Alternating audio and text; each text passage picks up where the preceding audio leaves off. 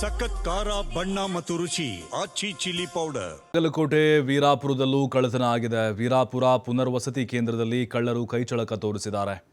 ಮನೆಯ ಬೀಗ ಒಡೆದು 1 ಕೆಜಿ ಬೆಳ್ಳಿ 16,000 ನಗದು ಕಳ್ಳತನ ಮಾಡಿದ್ದಾರೆ. ತಡರಾತ್ರಿ 1 ಗಂಟೆ ಸುಮಾರಿಗೆ ನಡೆದಿರುವಂತಹ ಕಳ್ಳತನ ಇದು. ಶಿವು ಕಟಗೇರಿ ಅನ್ನೋರ ಮನೆಯಲ್ಲಿ ಕಳ್ಳತನ ನಡೆದಿದೆ. ಮನೆಯಲ್ಲಿ ಯಾರೂ ಇಲ್ಲದನ್ನು ನೋಡಿ ಕಳ್ಳರು ತಮ್ಮ ಕೃತ್ಯವನ್ನು ಮಾಡಿದ್ದಾರೆ. ಕಲಾದಗಿ ಪೊಲೀಸ್ ಠಾಣಾ ವ್ಯಾಪ್ತಿಯಲ್ಲಿ ನಡೆದಿರುವಂತಹ ಘಟನೆ ಇದು.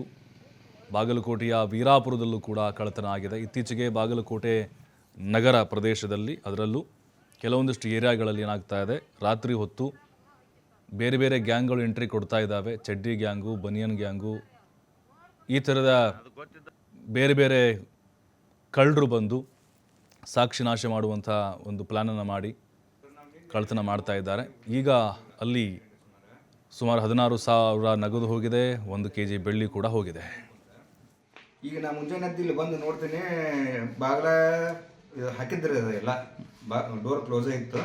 ಯಾಕಂದ್ರೆ ಅವರು ಹೊರಗೆ DP ಆಫ್ ಮಾಡಿ ಅಷ್ಟು ಲೈಟ್ ಆಫ್ ಮಾಡಿ ಅದನ್ನ ಇದು ಚಾವಿದು ಅದನ್ನು ಲಾಕ್ ಕಟ್ ಮಾಡಿ ಇದು ಏನಂತ ಸ್ಕ್ರೂ ಬಿಚ್ಚಿ ನೋಡಿದ್ದು. ಯಾವಾಗ ನಾ ಹಿಂದಿರ ಹಿತ್ತಲ ಬಾಗಿಲ ಹತ್ರ ಬಂದು ನಾನು ನೋಡಿದ ಮೇಲೆ ಗೊತ್ತಾಗಿದ್ದಿರಿ ಇದು ನಮಗೆ ಇಲ್ಲಿ.